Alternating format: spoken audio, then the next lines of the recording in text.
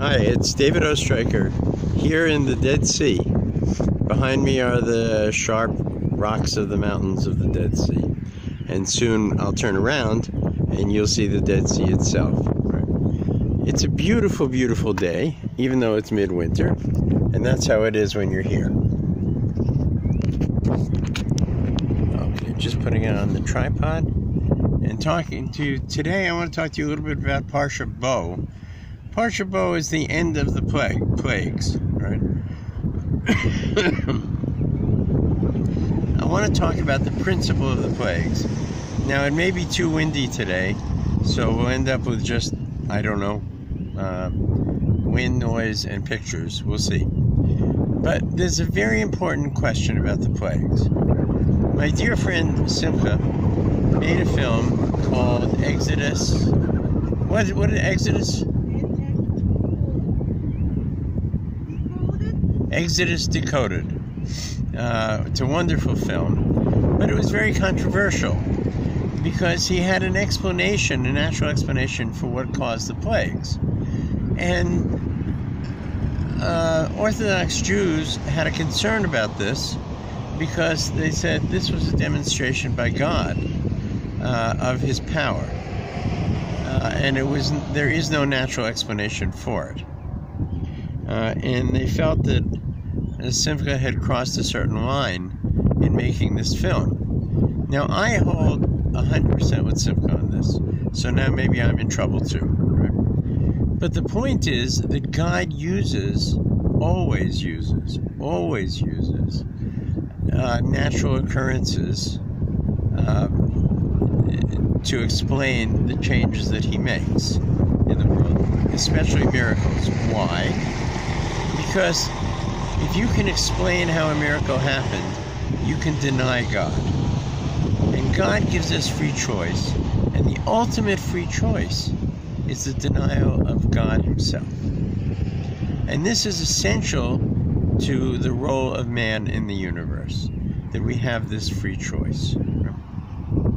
And so you could look at Simcha's explanations and say, well, you know, I guess it was all a natural occurrence. Some violent eruption off Greece, you know, caused all these things to happen.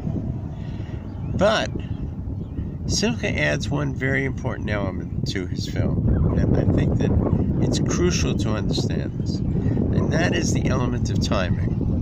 That is to say, if you can explain how lice and plagues and locusts and all those things happen, fine. But you cannot explain why it happened at exactly the time that Moshe Rabbeinu said it would happen, and why it was so devastating only to Paro and not to the Yidden in Goshen. And this is essential. Miracles are not just about the event that happens, but the timing of what happens. Moshe could predict, you know, we watch the weatherman, he has trouble. Look at what a beautiful day it is here in January, predicting what the weather's going to be. Right? Moshe could predict frogs and blood and lice to the minute, to the day, to the hour. Right? Those were genuine miracles, not just because of the event, but because of the timing of the event.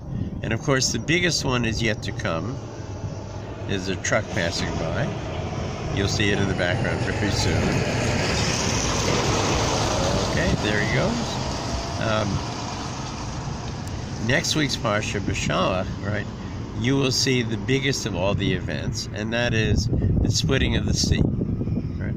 Now, I remember when I was young and in Hebrew school, my teacher said, well, you know, the Red Sea, he called it the Red Sea, not the Sea of Reeds, that the Red Sea is the shallowest of all oceans, has the highest tides,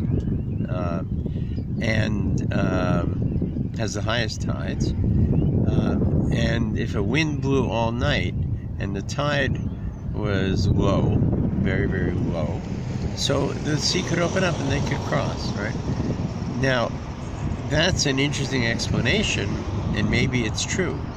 But how could we know about this at all unless it saved the Jews from Pharaoh?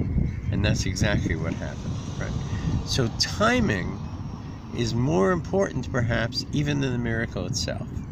And that's something to keep in mind when you're analyzing miracles, right? So that's it for me. I'm getting back in the car. We're heading north to Karmi'El. We had a great visit here in the Dead Sea. And, you know, you can't sink in the Dead Sea, so much salt. It's time to head home. Speak to you soon. David Ostriker here in Ein Gedi, the Dead Sea. Bye-bye.